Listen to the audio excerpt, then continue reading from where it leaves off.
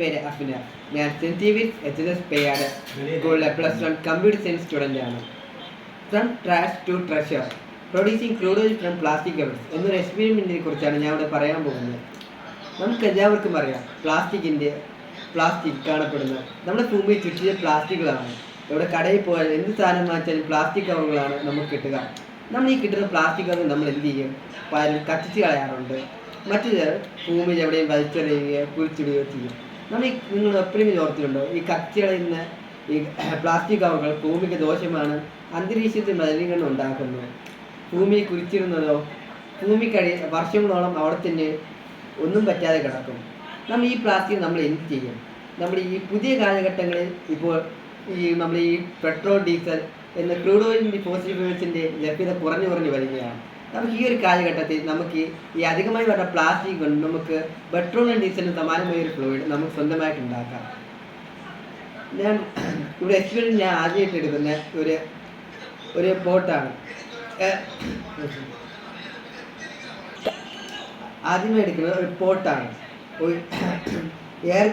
Air പുറത്തു പോകാത്ത full ലോക്ക്ഡായിട്ടുള്ള ഒരു പാത്രമാണ് ആദ്യം എടുക്കുന്നത്.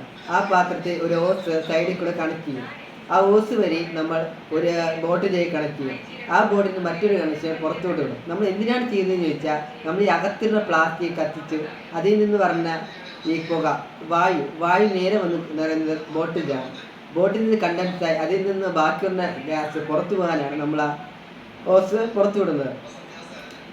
നമ്മൾ ആദ്യമായി ഈ പാത്രത്തിൽ ചെയ്യുന്നത് പ്ലാസ്റ്റിക് നമ്മൾ അതിൽ നിക്ഷേപിച്ചിട്ട് നമ്മൾ അത് നന്നായിട്ട് അടച്ച് വായു പുറത്തു പോകുന്നത് എന്ന് ഉറപ്പ് വരുത്തിയതിനു ശേഷം കത്തിച്ചതിന് ശേഷം അതിൽ നിന്ന് ആ പ്ലാസ്റ്റിക് ഉരുകി അതൊരു വായുവിൻ്റെ ഫോമിലായി ആ ബോട്ടിൽ വന്ന് നിറയും. അവിടെ കണ്ടൻസേഷനായി അവിടെ ലിക്വിഡ് ഫോം ചെയ്യും. ആ ലിക്വിഡ് ഫോം ചെയ്യാതെ ബാക്കി വന്നത് പുറത്തു പോകും. നമ്മൾ ഈ ഫോമാവുന്ന ഫ്ലൂയിഡ് നമുക്ക് ഒരു പെട്രോളിനും ഡീസലും സമാനമായ ഒരു അവസ്ഥയിലാണ്. പക്ഷേ നമുക്കിത് ഫിൽറ്റർ ചെയ്യാതെ ഉപയോഗിക്കാൻ പറ്റില്ല. ഇതൊന്നും നമ്മൾ കുറച്ചെടുത്ത് മാറ്റിയിട്ട് കത്തിച്ച് നോക്കാൻ നല്ല കത്തും. പക്ഷേ നമുക്കിത് ഇപ്പോഴത്തെ വാഹനങ്ങളിൽ ഒന്നും എടുക്കാൻ പറ്റില്ല. കാരണം ഇത് നമ്മൾ ഫിൽറ്റർ ചെയ്തിട്ടില്ല. ഇത് നമ്മൾ ഫിൽട്രേഷൻ പ്രോസസ്സ് കഴിഞ്ഞ് നമുക്ക് ഇത് പെട്രോൾ ഡീസലിന് സമാനമായ പുതിയൊരു എഞ്ചിനിൽ ഉപയോഗിക്കാൻ പറ്റും.